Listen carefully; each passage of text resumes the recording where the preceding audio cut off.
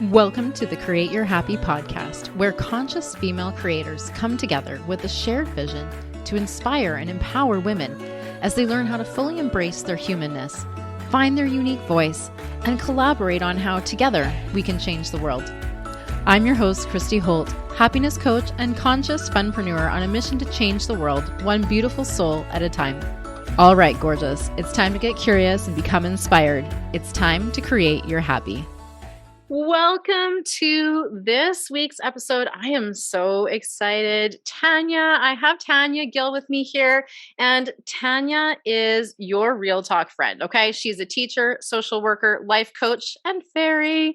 Her life has been many what the fuck moments, including becoming a widow, struggling with her weight and body image issues, dating after loss, single parenting, I get that one. Remarriage and blending families. We have so much to talk about. Welcome to the show, my gorgeous friend. I'm so excited that you are here.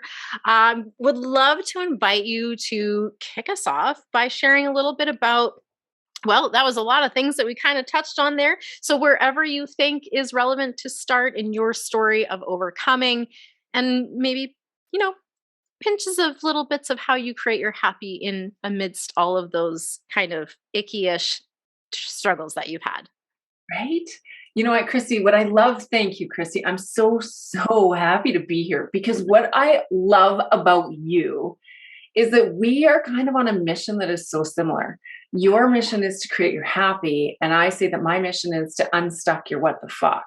Yeah. Ultimately, like I say that my mission is to inspire hope. That's what I have tattooed on my arm. But the truth is that it's how you move through those sticky moments, even when they are so damn sticky, that is about creating your happy, right? It doesn't mean you're living blissful joy, rah, rah, rah, all the time.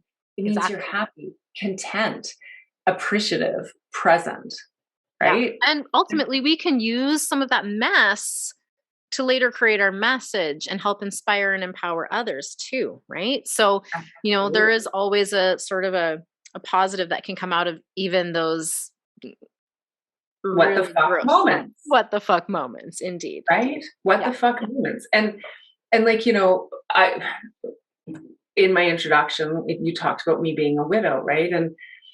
And I know that when we experience some tragic things in our lives and other people in our lives say things like, oh, it probably happened for a reason, or it's for the best, or you'll get over this. Those kinds of things are actually like all bullshit. First of all, you never get over something. If you've loved something, that relationship, that job, that person, you don't get over it, you move through it. And you will move through it until you take your last breath. Grief is normal. Second, though, the other piece is that we have this relationship with ourselves where we're always so aware of what's happening outside of us that we don't spend the time noticing what's inside of us, right? And that is your, that is that space of creating your happy. But when we have trauma, like I lost my husband, I'm not ever going to make light of that in a million years. But we have those massive what the fuck moments in our lives, and it may not be a death. It may be the end of a relationship. It might be the end of a friendship. It might be a decision to change careers. All of those things create stickiness, like life happens. Absolutely. And that's how you start to create your happy in it. You actually have to create that awareness. That's what is necessary. And it can happen at really weird times. Yeah. Right? Yeah. Like humans are so interesting. We really can hold like a really wide spectrum of emotions, even concurrently at the same fucking time, where we can be both happy and sad or grieving and joyous, even within what feels like the same moment. Absolutely. Absolutely. And even like in the process of grieving, it's funny that we're going to grieving, but I was in a really unique place in my life when my first husband died. I was 33 years old. We were on a family vacation in Mexico. I had I was giving a bottle to my 8-month-old baby. My 4-year-old was playing in the pool. My husband went for a walk on the beach, and my life changed instantly. And, we have these moments that can be really huge and really monumental, or we can have these moments where I felt as much impact when I received a phone call in November of 2017 telling me a COVID protocol had changed as I did when I realized my husband was dead. Because trauma is trauma is trauma, and you never know what straw is going to break the camel's back if you're on your road to burnout, right? And we all experience things very differently based on our past experiences, our beliefs, our thoughts, our, memories of those past things. They all, create the reality that we have in the present moment, right? So everyone's story is unique. And so therefore, so is their grief, so is their experience of less than ideal events, right? What's so interesting too in that though, Christy, is that we have these, we were talking about the dichotomy of experience. And so, I remember the first time I belly laughed after John died, and I felt so guilty because I was like in this tremendously intense belly laugh. And that is like the perfect example of being able to hold so many different emotions in the space of being, right? Yeah. So, and so when you see someone who's grieving or see someone who's going through something tragic and you see an emotion that maybe doesn't seem aligned, understand that it's aligned for them in that moment. That's right. We're all just having an experience, and it's just, whatever that experience looks like is based on whatever we've got going on, however we're perceiving that experience. And it could be all over the map and so drastically different from anyone else that it may not make sense to someone else, but it makes perfect sense to us. And even if we move into a space of doing something that maybe we can look back on and go, that really wasn't the best choice, or did I really do that? Being able to come to that space of forgiveness and say, it happened, it served its purpose, it's done, and letting go. And before we started this podcast, you were mentioning that you had a post today about sex. Number one, I love to talk about sex. Number two, I used to sell sex toys. And number three, I experienced a lot of judgment, and I judged myself a lot when I returned to sex after losing my soulmate. Yeah. I can't even imagine, honestly, what, Well, there's so much. We're our own worst critics too, and we are often the worst at judging ourselves. And oh man, self-compassion, goes so far, and it's so necessary in order to truly create your happy. You've got to be able to get in that space where you can let things go for yourself. It's not about, I think people really get mixed up on forgiveness as a concept, and that's a topic for a whole nother show. right. But often people misunderstand forgiveness as letting someone else off the hook, but truly it has nothing to do with the other person. It's truly about just compassion for ourselves. It is. Like, I mean, I'll be honest. If any of your listeners have experienced losing a loved one, especially a spouse or a partner, and I do understand this from the perspective of even, I understand that it can be from the perspective of divorce as well. But I understand that we all have a unique experience too. Yeah. My personal experience was after John died, there were some things that I was seeking. I was seeking, number one, validation. Mm-hmm. That I was still desirable to another human being. Number two, I was desperate to be held, to be held intimately. There's a lot Right? of comfort in being held. Right. And it's Especially, not the same when you're being held by your parent or your sibling or your friend. yeah. There's a different piece of that. And the other thing is I'm just going to be really selfish. I wanted an orgasm from somebody else Wanted to because I get knew some. myself and I was good at it. I was the freaking vibrator lady, but I also really enjoy intimacy and I Yeah. really like when somebody else does the work and I just have the benefit. Right? I mean, intimacy, sex is just a small piece of intimacy as a whole, right? Right. But it is a really, really significant potentially. I'm not saying that if there's definitely couples out there that maybe have a different vision of intimacy between them for whatever reason, and absolutely no judgment. That's totally okay. Just to say that sex can be a really crucial piece of that. And now sex doesn't have to look like the whole shebang. It can be just some different pieces of it. I feel like there's a lot of different ways to have that connection, even if it doesn't look like the traditional way for some people. Sex is so much more than penis meets vagina intercourse. Yeah. And we are an adult show, so I'm going to talk about some body parts if that's okay. Yeah, absolutely. But like back when I was the vibrator lady, what I used to talk quite at length about, and the reason I was so passionate about doing it was that I realized two things. One, women didn't know their bodies very well, We which weren't was taught. really scary. Of course not. We were taught where we bled and how to mask it, Yep. how to take care of our cramps, but not like, I mean, when did you learn the word clitoris? Because I will tell you, I don't even know how old I was, but I know that nobody talked about the pleasure zone when I was in grade No. 9 or grade 12. No, Right? no. We're very misinformed in general, as maybe men too. But You're women are welcome, often, actually. yeah, like use this. It could be really helpful information.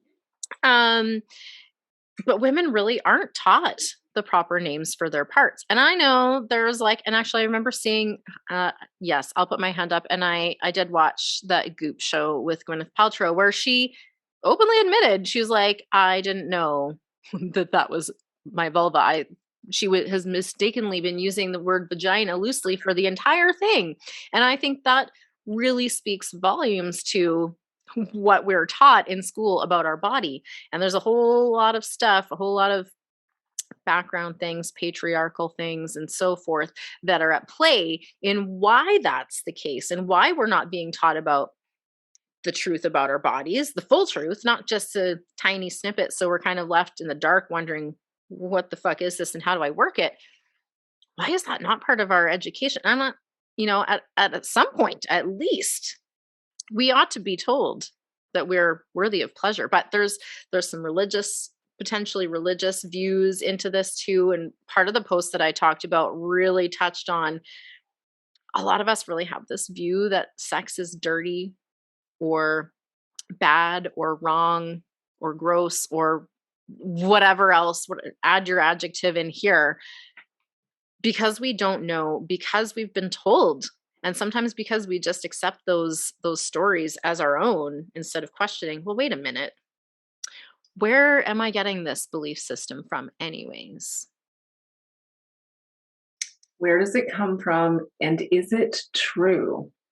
And is it serving me? Right? How is it serving me? And maybe it served me in the past, but Right. is it actually true? And does it serve me today? Yeah. Yeah. Yeah, I think a lot of women are really holding themselves back in the pleasure department because of some of these beliefs, which is why I was wanting to share about it. I mean, there's lots of things too. My junior high health teacher literally told my class that if we dressed a certain way, we were asking for rape.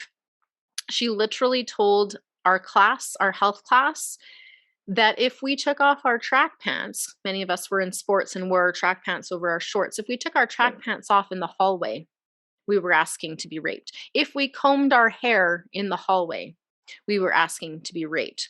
Now, it's pretty hard to come out of that and be not a little bit fucked up as far as thinking like, what kind of world are we living in where the talk is all about that. And that's maybe another conversation too, but we could go there if you if you want to weigh in on these rape culture standards too that are keeping us kind of in that place where, oh, we got to be careful as women. And so we don't do any exploring, right? Because we're just over here being careful and being, being quiet and doing what we're told so that we stay out of trouble, right? There's so many pieces to this puzzle. I hope we're going to unpack a whole bunch of them today. We'll see how much we have time for, but Oh like my that's God. a Well, doozy, isn't it? right. And I mean, rape culture. So lots of different things coming up for me. So Yeah. first of all, this weekend I have a queer son, and this weekend was Pride in our city. Yeah. So we were at the Pride Parade and we were at the Pride Festival, and I found myself crying over and over and over again because there was so much freedom Hmm. to be whoever you were in your identity, in your sexuality, in your partnership, in the way you moved your body, the way you dressed your body, the way you dressed your body, the way you decorated your body, the way you existed in that space. Yeah. And it was like, this is the way it should be every day. Why isn't it like this every day? Amen. And then, the other side of it is that a lot of the people who are at Pride in their for the other 364 days of the year are dodging rape culture if they present themselves as they are. Because in addition, I mean, there's so much danger for a heterosexual woman to be in a bar. Yeah. That just keeps multiplying if you're somewhere in the rainbow world, Yeah. right? And then you take it another step, and our neighbors are in the process of making abortion illegal. Well, it is now in many states immediately illegal. Yep. Which And birth control. what does that do for rape culture though? Again, it's the girl's fault if she gets raped, and then Right. and then she's got no other option but to put her life at risk to have a procedure to be able to live the rest of her life. Yeah. It's pretty wild. It is. Now, I don't really subscribe to the line of thinking that everything happens for a reason, which you kind of touched on. But I think sometimes much good can come out of things that originally seemed really what the fuck, to bring that back into the picture. But, you know, it's not that the thing happened for a good reason, but we can take good out of that shitty thing. And with this one, I don't know. I feel like maybe, fingers crossed here, maybe this is just a first step in the patriarchy collapsing so that we can just really rebuild this whole thing from the ground up. Because I really like, these are ancient perspectives, not suitable for today's world. And the attempts of controlling, I just think women aren't taking this shit anymore. And I think that we're going to see a lot of women rising up and standing up and saying, fuck no, I will not subscribe to this line of thinking. I mean, that's what I'm hoping is going to happen, because otherwise this is really just a hot mess. And you know what? Here in Canada, some people are definitely thinking, oh, we're lucky. We're not that lucky. We have 27% of our representatives that are cheering our neighbors to the south. And that is not a safe space to be in. We do not want to be remotely close to having that sort of circumstance here. So I really hope that, as a continent, as a world, as a global collection of women, that we are going to band together and rise up against this. And it really does come from the personal power, because this is where, our conversation loops back to the beginning, which is when you think about, like, I can't do anything about rape culture, and I can't do anything about pregnancy termination issues.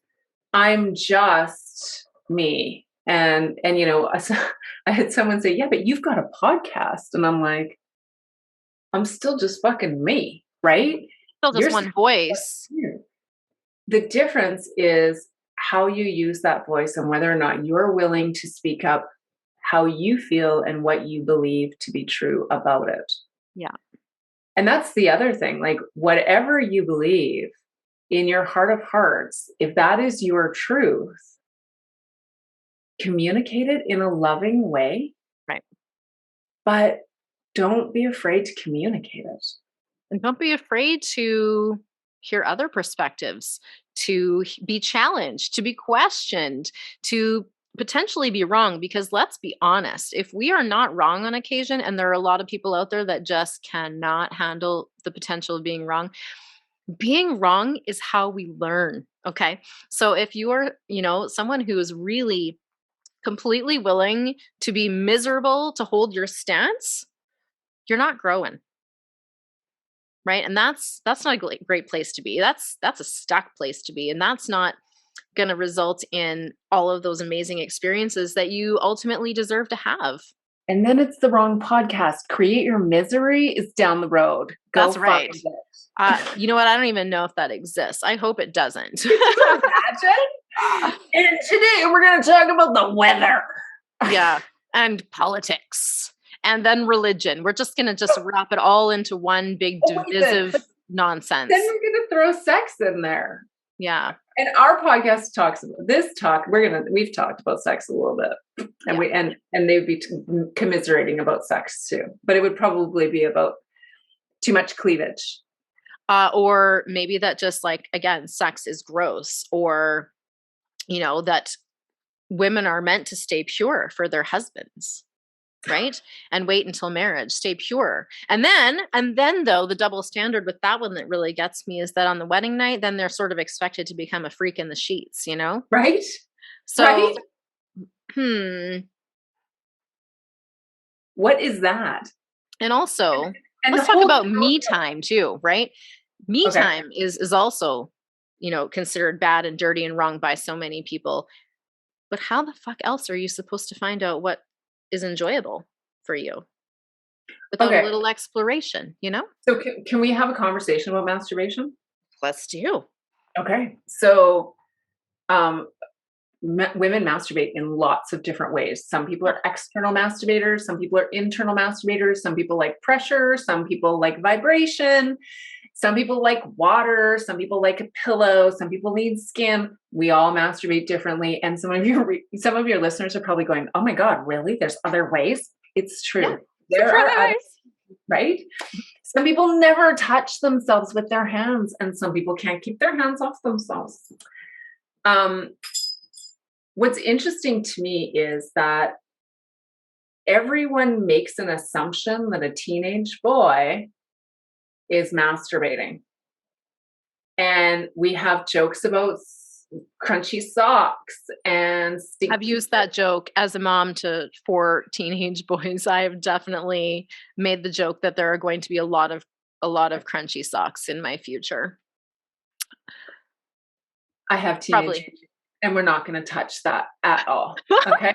Let's just not touch it. We're just going to pretend that part didn't happen, because I respect their privacy just like they respect mine. Yeah. And we do our own laundry for a reason. That's right, isn't it? Right? Yep, that's totally right. Just my own joking. Which again, though, is interesting, because that even in your joking as a mom, it is an acceptance and an acknowledgement that they clearly are going to be masturbating. And that it's okay. It's safe and healthy and frankly fucking wonderful. So it feels good. Go do it. I don't want to see it. I don't want to smell it. Take care of it. Right? Yeah. And who has those conversations with their daughters? I mean, when I sold sex toys, I would have, because I required people to be the women in attendance to be adults. I occasionally did couples parties, but it was mostly women. And I would have women who would be like, I really want you to do this with my daughter and like her teenage friends. And I'm like, I can't touch it. Like, if you want to bring her 2-1 and you're present, I can do it, but otherwise, like, no, that's not who I am. And so occasionally I would have these little private consultations with these young adult women slash old teenagers Right. and have conversations about masturbation and self-exploration, because the truth is, if you don't know what works for you, how do you teach somebody else? That's right. That's And right. I'm sorry, if he's learning from porn, he's learned nothing. Ooh, yep. Oh, yeah. Just went there. Such unrealistic expectations really sets everyone up for a lot of difficulty, doesn't it? Because it's not the reality. It's not like it's really just it's completely not reality. That's really all there is to it. And it's not something that really can be attained in that way. It's not it's not even real, right? It's like considering that you want to, have the physical appearance of a supermodel, yet they're photoshopped. And so you're aspiring to something that doesn't exist. And that's kind of the same thing as it is with porn, right?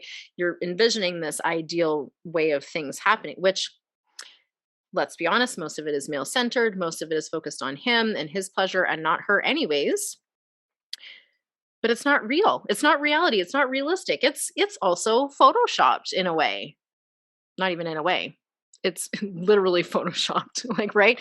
Like, not the entire thing, but it's clipped together to make it appealing for that purpose. And it's just really doing a lot of damage, I think, for creating those unrealistic expectations. Well, and another challenge is like you talk about photoshopping, but like heads up, if you haven't had a lot of penises in your life, every penis looks very different. Yeah.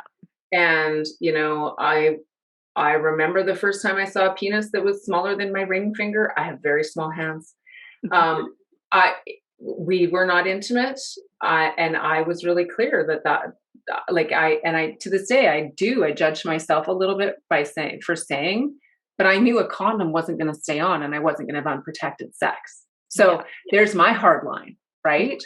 But like in reality, pornography does not give you any idea of the variety Right. of whatever. And and for men especially, like there are a lot of vulvas out there and they all look different. And just so they all know, none of us have hung out in the change room and looked at each other's vulvas. We just trust they're different.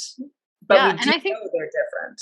and there can be a lot of shame around that too, because Totally. not everyone thinks that theirs is I don't know what normal. There isn't normal, which is the problem. But people have this idea like, oh well, maybe mine's not normal, but they don't actually know that there is really no normal. That everyone is very unique. And you're right. We're not really comparing to our best friends in the locker room, right? We're actually, for the most part, a lot more conservative, just in case any men are listening, thinking like we're having like towel whipping parties in the ladies' locker room. We're not. We're hiding under our towels, not letting anyone see anything.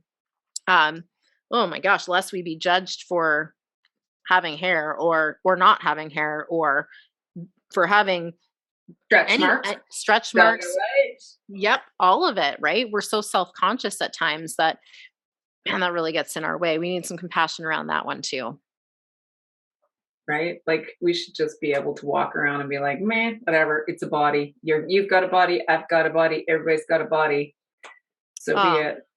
we're so Yeah. much more than I always call it a meat suit. We're so much more than this meat suit. Like, this is just like, a visual representation, but we are so, so much more than that. And to place our identity, I guess, into that, and to judge ourselves so heavily that we don't meet the standards or norms or whatever else, and we don't look like someone else. What a load of horseshit, because oh my gosh, how boring would it be if we all looked the same anyways? Thank God we're all unique. Well, and as someone who has lived at various different sizes and stages of her life, Me too. what I can tell you is that I live my life richly and fully and happily, and my body allows me to move to do the things I want to do. Yeah.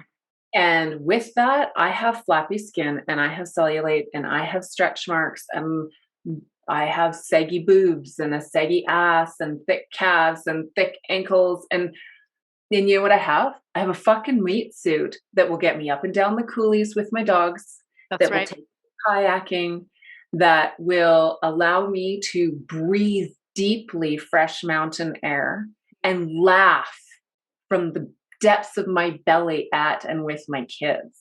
Yeah. That's what fucking matters. That is all that matters. The rest of it is just nonsense. I mean, we are literally here to create experiences for ourselves. That is the bottom line. And so if you want to create an experience where you are always worried about what your meat suit looks like and how you're aging and oh, I got a new wrinkle and oh my hair or my ass is too big or whatever, you focus on the wrong things because it's just a meat suit, right? And like I say, we're so much more than that. And ultimately, it's a good idea if you want to create your ideal experiences to take care of your meat suit. Okay, so you benefit greatly from fueling yourself well and moving your body, and it doesn't have to be rulesy. It doesn't have to be CrossFit 5 times a week or anything extreme. It doesn't have to be restrictive diets. Those suck. Don't go there. But listen to what works for you, right? Do the things that feel good to you. And caveat here, don't do the things that feel good to you right now that you're going to feel like shit about and feel guilty and beat yourself up about later. Do the things that feel good for you, all of you, now and later, so that you can do more of those things that you want to do. I work out not because I love working out, which ironically, people always tell a personal trainer, oh, you must love working. No, I don't love working out. Okay. Like it's as torturous for me to do burpees as it is for you. Okay. I don't like burpees either. I hate those fucking things, but they are good for my meat suit. Okay. And what's good for the meat suit is good for the mind, right? So when we are taking care of ourselves, we are elevating how we feel. And the better we feel, the better we can experience, the more things we can do, the more things we can get out there and see and experience, right? I'm the same as you. I love the hiking. I literally work out so that I can go hiking up mountains and, not die like from hiking up hills. Like it still kind of hurts the body sometimes when we go really long. But, I take care of myself so that I can do those things, not so that I can look good in a bathing suit. Like that's just really not as important to me. And it definitely was important to me in the past. Um, but from this side of the coin, I really see how that's completely irrelevant. And the truth is, nobody else fucking cares what you look like in a bathing suit. That is the hard, cold truth. Well, We care, but nobody else is looking at you thinking, oh my gosh, look at her and her. They're not. They're thinking and about themselves. And here's the thing about that, Christy, is because I've had this conversation with one of my clients and she's like, I call bullshit. And I'm like, okay. She goes, I know other people are looking at me and thinking because I look at them and think. And I said, oh, because you're busy thinking about what everyone else is thinking about you. Yeah. I'm like, so if other people are thinking that, it's because they're thinking that someone is thinking that about them. I'm like, it is that infinite circle. So if you're not paying attention to anybody, nobody else is paying attention to you. And if you're paying attention to everybody, everybody's paying attention to you. Because that is what we're Reality. inviting into your reality. That's right.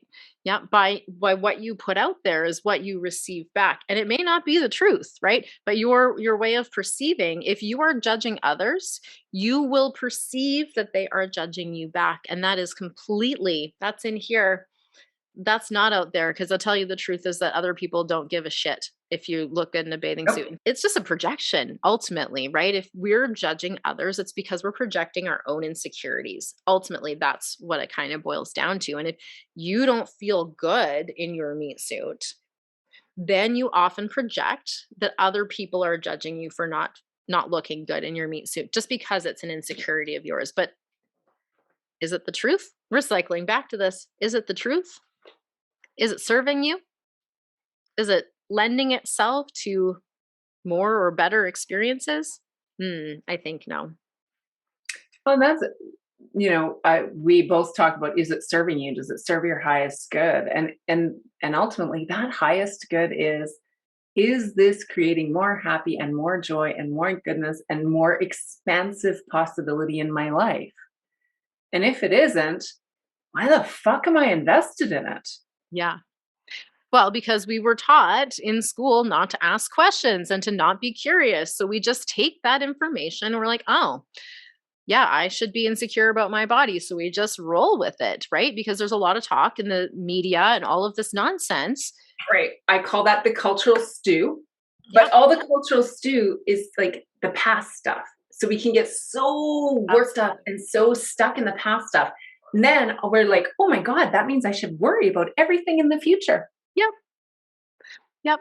And the answer truly is becoming present in the now, because this is right here, right now, the only moment we actually have, right? So to worry about the past, to relive past memories, past experiences, past heartbreak, really keeps us in a cycle, a loop of perpetual suffering, especially if we're in the past focused on our struggles. We just get stuck. It's like, oh, and also on the flip side, we'd be running the scripts about the future too, and running fear and worry and stress and anxiety about all the things that may happen. The imagined tragedy to come. Right? Dun, dun, Again, dun. guaranteeing our suffering in this moment, because you know what? I gotta say from personal firsthand experience that I've never altered my future in a positive way by worrying about it. Not one time has that actually improved the future outcome. Curious. It is good, of course, to have a bit of a plan or, consideration of things that could happen. That's not what we're talking about. We're talking about ruminating and worst case scenario running and playing it out over and over and over, right? Patterning it, literally, creating neural pathways that are connected, keeping you stuck in that loop so that every morning you wake up and worry about the same old shit, same shit, different day, right? Well, and one of the things that I talk about in my programs and even in my own podcast and all the things is, like I say that the trifecta of joy is awareness, befriending your inner critic, and raising your vibe. And that befriending your inner critic piece, that loop, like one of the game changers that I personally had was naming her. Like I've named my limiting beliefs or my negative internal talk. Her name is Deja, which is actually, her full name is Deja, here we go again, poo, as in I've heard this shit before. Yeah. Because that's her role. Like she thinks she's keeping you safe, but in reality, she's just there to keep inviting you into fear, worry, shame, guilt, blame. And always, if you listen to her voice is always either in the past or in the future. Right. It's very rare that she's actually giving you information from the present. Yeah. And it's easy to get stuck in either of those loops, right? Because it's familiar. And the way that our brains work, we replay 95% of the same thoughts and habits and patterns from the day before. So you start getting those neural connections, what fires together, wires together, and it becomes really easy. The bright side is you can stop this. You can get out of those patterns and you can create new ones. Thank God. Neuroscience, you and I are both a little bit like geeky in this stuff and love this good stuff, is really showing us how we can break out of the loop, break out of that pattern, and create new patterns and habits so that they will eventually take over. And then you will be in a perpetual positivity and happy loop instead. And it's absolutely, I just want to say, we're not bypassing the negative, quote unquote, negative experiences. However, I will add that negative is also your thoughts labeling your experience. But, okay, uncomfortable, we'll say, experiences that you are not really enjoying having, with or without the label, they're normal. They're part of life. We are full humans with a wide breadth of experiences, so we're going to have them all over the spectrum. Until we put that meaning on there, though, it just is. It's not good or bad or right or wrong until we decide it is so. And what we resist persists. That's so right. When we can just recognize as it being so, instead of labeling it as bad, because usually that's what we're most focused on, is what is bad. Yeah. And then we put all of our energy into what we don't want, what is not good enough, and what we should be doing, and the more of that negative energy we put out into the world, don't, not, know, should, all of those energies are low vibration. Yeah. And that affects our frequency, right? Again, oh my God, I love science. And I know I that know. there are people out there that are thinking like, oh, vibration frequency, that sounds very woo woo or whatever. It's science. It's science. It's science. Okay. So we're not talking woo woo abstract concepts. We're talking about the energy that is you vibrating. Okay. Because energy is always in motion.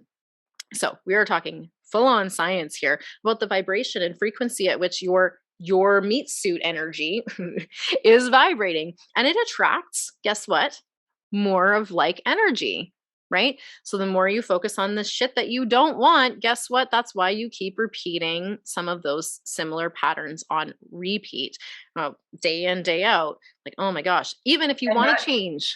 And that doesn't just apply to hitting the drive-through on the way home from work. It also applies to swiping left or right on Tinder, or how you deal with your child's report card when it comes home, or like it really is through every layer of life. Yeah. Like that's what people have to realize, is it's every damn layer of life. If we want to create more of these ideal experiences, we need to shift away from like the unconscious pattern thinking, the autopilot mode, the survival mode. And I get that we have been through years of hell on earth with the pandemic, and there is a lot of trauma and stress and ongoing chronic stress keeping us, many people from even long before the pandemic, in survival mode. And if we don't move through that, if we don't get the tools to shift out of survival mode, we're just going to keep replaying, stuck in that loop, driving around the same block over and over and over. That's what they call insanity, right? Doing the same thing time after time after time, expecting a different result. But we can change that. It's interesting though, because I think a lot of people want to change it. Don't and know they how. try. Well, they're scared. And then also when they try, they end up failing back into their old patterns. And then it ends up this cycle of like, oh, now I'm a failure, which is let me just tell you, if you're not failing, you're not growing. So let's throw that out there as well. You need to be trying new things and failing often in order to continue growing. So let's normalize quote unquote failure, because I don't actually think failure exists. It's all just learning opportunities. Again, simple reframe. That's why my business is called Perfectly Imperfect. Not just because I really am a recovering perfectionist, but also because, first of all, perfection is totally a fucking illusion. Yeah, it's not real. It Again, exists it's for 1 second, just like your breath. So if you want to talk perfection, take a breath. It's perfect. It's fucking perfect. And I mean, what even perfection? Like, what model of perfection? Like, what By whose standard? What would By it mean? whose standard? I know, right? By some arbitrary standard that doesn't actually exist. Right. But we are constantly striving for it, right? How fucking exhausting. Right? And so when you were talking about that, it's like the understanding that failure also doesn't really exist. Right. Just like perfection doesn't exist, failure doesn't exist. Somebody may give you a failing grade, or you may determine that you failed based on a certain set of criteria. Had the criteria been different, you probably wouldn't have failed. Right. Right?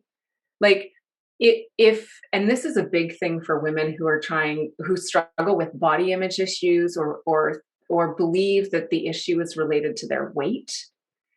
In truth, the issue is related to their relationship with their self and the way they trust themselves. That's right. And in some ways, like when I tell my clients that, a lot of them feel like they don't want to hear that, but they'd rather it be an issue with what they're eating than the relationship they have with themselves. Oh, well, now that you've touched on this is just the whole idea of wanting to place the blame external to ourselves, right? that feels easier because it can keep us kind of in our little safe, perceived safe Absolutely. It's zone. so safe. It's not even so much necessarily safe. It is just familiar and certain. And so we like to be in our little area where we kind of know what's what. And anything that's not working, if we can just shift the blame outside of that, whew, we can take it off ourselves. There's nothing wrong with us. However, we know that's not true. And the scripts run back in our head that we are a failure whenever we can't do the thing that we want to do. So that is also kind of just a bunch of nonsense, right? Ridiculous. And It it is. really comes down to, it doesn't matter what part of your life you want to create happiness, joy, love, peace, gratitude. All of those things are high vibe states. And we all really, I think if you don't want to create that, then first of all, you're not listening to the right podcast. So we probably Yeah. shouldn't be listening to this point. Yeah. But more importantly, it is a practice and a process. And it's the practice and the process that creates progress, not fucking perfection, Right. right? It's like even a habit, right? I always talk about the word habit because I use the word practices instead, because it reminds you that it's something that you just try every day, right? I'm just going to practice this. It's going to get better every single day. You're in the process of creating it for yourself. Yeah, the You know, practice is really a the best part. it's a conscious habit is what it is, right? That's the differentiation. The habit is that Intention. autopilot running scripts. The practice is the intentional, conscious action, right? Instead of just the autopilot. And I was going to say too, like if we're busy, and I'm going to put both hands up here. I have fucking done this. Blamed other people, um, expected other things and people and situations to change so that I didn't have to. Done this a few times. Took me a little longer than I would like to admit to realize that just keeps us stuck in problem mode. Okay.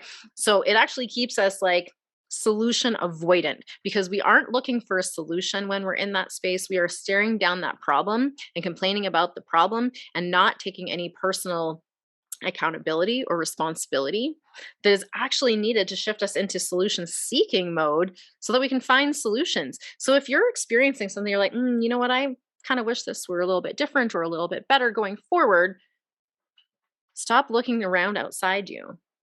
Your power is within you. And when you realize that you can shift your thinking to those solutions, away from the problems to the solutions, you become empowered to take action and move towards them. And you know what? I tell my clients, as soon as a client is like problem focused, I literally tell them to grab a piece of paper, draw a line down the middle, and write down everything they don't want in that situation on the left-hand side. Mhm. And like they can just go, go, go, go, go. And then I say, okay, now that you know what you don't want for each of those statements, what do you want? And Yeah. now I want you to rip that piece of paper in half and throw away what you don't want and start focusing on what you do, because you've created the clarity for yourself. Now do something with it. And that's magical. That's the kind of place we can manifest all of those positive experiences from. And I know how sometimes really difficult it is, and this is also a personal experience I had. I was working with a therapist a number of years ago when I was in my previous marriage, and she asked me to start listing out all of the things that would make an ideal relationship for me. And in that space, I couldn't fucking do it. I could only come up with the shit that I didn't want, right? I was just in such a space where it was very easy for me to list out all of the things that were not working for me. But I really just needed her to help me turn those from what I don't want into creating that picture of what I do want. And so I'll tell you what, I have a list in my phone from a number of years ago. And my current partner now is every last one of those things and more. Like exactly that ideal relationship picture I created is exactly what I have now. And that did not come from blaming someone else or staying stuck focused on the problem. It came from shifting out of the problem, creating the ideal vision, and becoming who I needed to be in order to experience that. And that is powerful as fuck when you can get yourself into that mode. You really actually transform your life from that space. Oh my God. Seriously, Christy, I love this. And I know that we've talked about this before. I say this too. I say I manifested my second soulmate. Yeah. But like, I have a letter that I wrote to the universe when I was in a really dark place, actually. And the letter was really like, this is what I'm seeking. If this is what I'm meant for, this is what I believe I deserve, and this is what I have to give to the world. And it wasn't about just writing that letter and walking away. It was writing that letter and then revisiting. And and this is what I say, as I dated the duds, as I kissed the frogs, and as I rode some horses, I became really clear about what mattered to me and what I had to give to a relationship. And then when I met my husband, I was online dating. I decided I was going to stop online dating. I sent him a message because his profile was really beautiful, and he messaged me back, and I'm like, hey, I'm just going to go disappear for the next few days because I'm going into the hospital to have a hysterectomy. No big deal. Like, how romantic. Which also says no sex for 6 weeks, which is also something else that was really interesting for me as somebody who's highly sexual. He was like, okay, like maybe we could exchange phone numbers. So we texted back and forth, and then I gave him a really quick phone call the night before my surgery. And I was like, this is the day before. I phoned him that night and I'm like, hey, like, I'll catch you in a couple of days. Then when I was high on Oxy, because that's what they give you, and it was late at night and I was by myself in a hospital bed, I phoned him and I read him my letter. Oh boy. Like, what the fuck? And so I'm like, so listen, I was just really clear. I'm like, look, you know what? I know what I deserve. I know what I want in my life. I'm really not interested in fucking around. Like, yeah, I don't have a uterus. Like, we're not going to have sex for 6 weeks because I can't have sex for 6 weeks, which, by the way, we ended up cutting a little bit short, but that's a whole other story. And, but I just laid it out. And after I read him this huge letter, I expected some monumental response, right? Or him to go, oh yeah, that's totally me, or blah, blah, blah, blah, blah. And he was like, it's beautiful. And all I can ask is for an opportunity to show you who I am. Yeah, that's awesome. Right? Yeah. Coming out of my previous marriage, I knew what I was and wasn't going to tolerate. And I was no fucks given. If this isn't going to work for you, like, I am just not wasting time. Like, I am a busy mom. I got lots of things on the go. I'm really not interested in fluffy dating. Like, I was on Tinder for like, I don't know, a couple of weeks. And I was like, I do not have time and energy for this nonsense, because I am just not someone who wants to text someone for a month. I just would rather like meet you for coffee, get your vibe check, and be like, yay or nay. And for the most, it was all nay, actually, because I met my partner at a marathon, funny enough. But I very clearly told him, like, well, this is what I will and will not tolerate. Coming from just where I had come from, I was very hurt and very clear on the boundaries I wanted to hold. And so it was really, really a nice experience to be able to just put it all out there and to be received in that way and be like, yeah, okay, you're not asking too much, right? Because I feel like that's a common thing. Women really feel like a lot of times that we're too much. We're asking too much, but we're not asking too much. We're asking the wrong people. We're asking the wrong people for that thing. And that's why we're feeling like it's too much. And it actually has nothing to do with us being too much. It has to do with them not being able to deliver or to meet that, due to whatever their experience is, whatever their perception of reality that they're creating just doesn't align. Well, and a lot of women say, like, how do you, okay, so I'm going to be honest. My first husband died in 2007. I married my second husband in 2020. So I clearly had a lot of years single parenting and all of the things. I also had a lot of years of dating and being in different relationships. And sometimes I felt really guilty that these different men were in my life and our lives. And yet at the same time, I also recognized, like, first of all, I'm a package deal. So people need to understand that you're not dating me, you're dating my family, Yeah. right? Part of that is time with me, but it is also part of, I am not, I am not, I'm a package deal, right? My kids Yeah. don't go to another parent's. I parent full Yeah. time. All of those pieces. And also still being willing to put myself out there. I have friends personally who have put themselves out there maybe like twice in a 2-year span and say that there's no one out there. Well, the truth is, like, we have to be willing to take some risks ourselves and meet some people and, if you will, kiss some frogs, whatever that looks like, so that you get a clear understanding, first of all, of what you do want to attract into your life. Yeah. And also to put out into the world what you are attracting. Yeah. But you have to get clear about who you are first. That's right. Your relationship Right? with yourself is the foundation to every single other relationship that you have. And you're right. Some people don't put themselves out there. That's a fear. That they're afraid to get hurt. And that fear is kind of a valid fear. So, like, don't get me wrong. I'm not telling you your fear is wrong. However, I will tell You're also you, not suggesting that someone's not going to get hurt. That's the other thing. absolutely. You know what? You've got to be a little bit prepared to potentially face a little bit of hurt, because that's just kind of the way life is. But again, how you would like look at that hurt can be wildly different. You may look at that and be like, "Oh, he just wasn't the one. I'll just move on." Or you can really wallow in that and take it a lot personally. That's why that relationship with yourself is so foundational, so that you can see, "Oh, that didn't work out because it just wasn't a fit." So that you're not doubting yourself or questioning yourself or thinking it was something wrong with you. It just wasn't the right fit for you. And I want to just say, for anyone out there who's in this sort of situation, kind of afraid to put themselves out there is gold just on the other side of that vulnerability. And if you take down the masks and take down the walls, in whatever way feels, just a little stretch maybe for you to take down those walls, but lean into being you.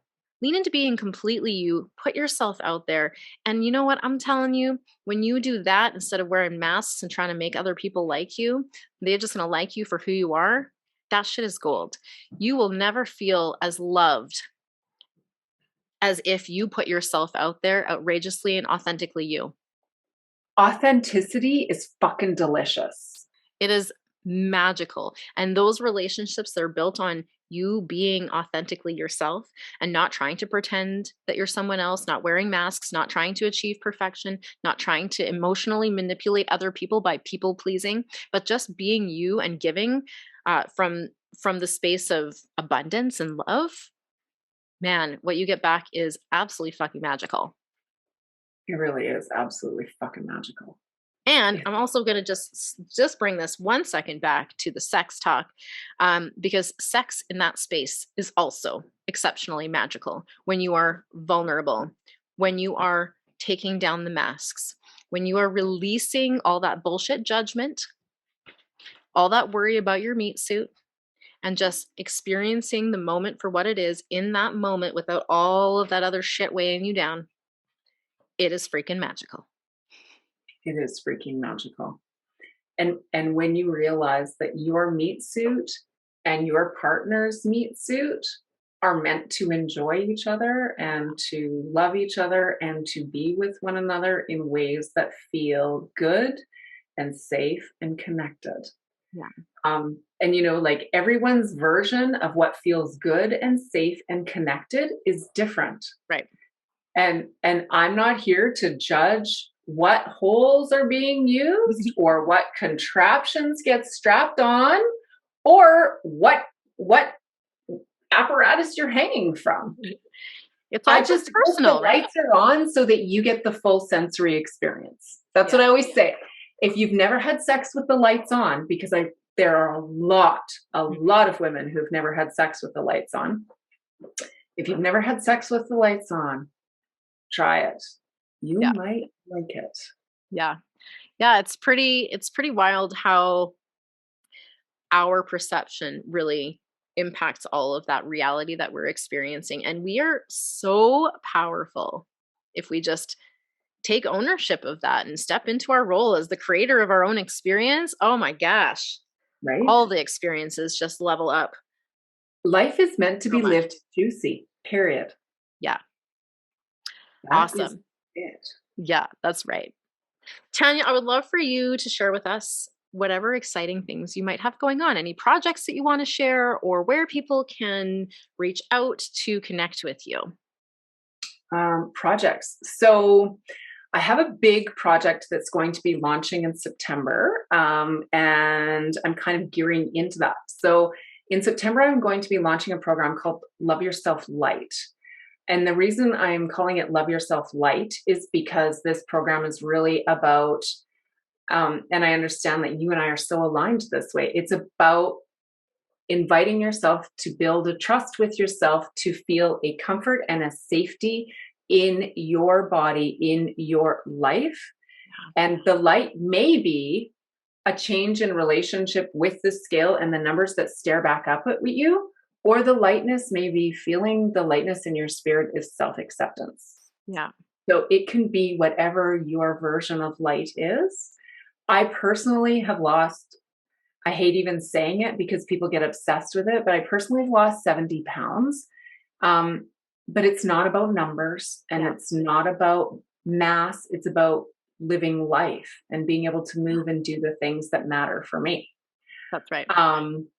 So that's one of the things that I have coming up. But I am just about connecting, and again, like you are about create your happy. I'm about unstuck your what the fuck, and it's all the same, Yeah. right? So people can catch me on Lighten Up and Unstuck Your What the Fuck on all the versions of listening podcasty world things. Yeah. And I also have a gift for your listeners, which is fun. Because I call myself the credentialed sweary fairy, which means I have a whole bunch of pieces of paper that say I'm credentialed in this and that and whatever. Degrees are just letters to me. But I'm sweary, as has probably been figured out. And I'm also a fairy, and I believe in fun and curiosity and exploring. And as a result, I created this really cool 14-day journal coloring book. Oh, that's awesome. And yeah, and so I'll give you the link to put in the show notes so that people can have something just a little bit different to do for and with themselves. Fantastic. If I could give out vibrators, I'd be giving out vibrators. Let me tell you, I loved the days when I used to be able to give out vibrators. But we'll create the happy just a little differently today with a reflection and coloring book and the pictures in it. I feel like I have to tell you, Christy, when I worked for children's services and I was a social worker, I used to have to go to trainings where I would have to learn how to help kids and families in really, really difficult situations. One of the ways I regulated myself was by doodling. And Okay. so I would infuse as much love as I could into these pictures. Yeah. So these doodles or drawings are what have become this coloring book. And I just think it's kind of a full circle love, love, love thing. Beautiful. Spreading joy and goodness in little ways. I love that. I love that about you. Thanks, babe. I would love to wrap up with just an idea, hack, tip, tool, something that our listeners can use to create a little bit more happiness in their life today. Oh, I've got a good one. Everybody has one of these. And on that thing, we have two really cool things. We have music and we have a camera. Now, one of the practices that I personally track every day is a personal dance party. Love it. What I recommend people do is put their favorite song on, turn their video camera on and ignore it, and have a dance party with yourself in front of your phone or with your phone. And just because you know what? Like the trifecta of joy is awareness, like actually noticing what's going on for you, befriending your inner critic and raising your vibe. And one of the fastest ways to raise your vibe is auditorily music and then moving your body with it. Yeah. It will immediately raise your vibe. So give yourself a dance party daily. That is like one of the best practices you can start to track, if you will, or integrate into your life on a daily basis. A dance party with yourself. Super fun. I just like this conversation has been super fun. I've loved every minute of it. I hate to see it end. You know what? We could talk for hours and hours. Really I'm so grateful to be here, Christy. And you know what? I just love the work that you are doing, and the soul from which you come, which is just like, life's too short, you guys. Let's do this right. And by right, it means messy but happy. Yeah, that's right. Experiencing all of the bits that life has to offer. Exactly. Yeah. Exactly. Thank you, Christy. Yeah, thanks so much for being on the show. Thank you so much for listening to today's show. I trust you were inspired to take back your power and create your happy. If you enjoyed this episode, please subscribe, leave a review, and share the show with women in your life who could use a little extra inspiration today.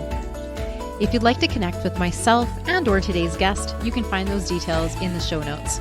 We would love to hear from you. If you've got an inspiring story to share, you can also apply to be a guest on the show at createyourhappy.ca. As always, get out there, have fun, be you, and create your happy.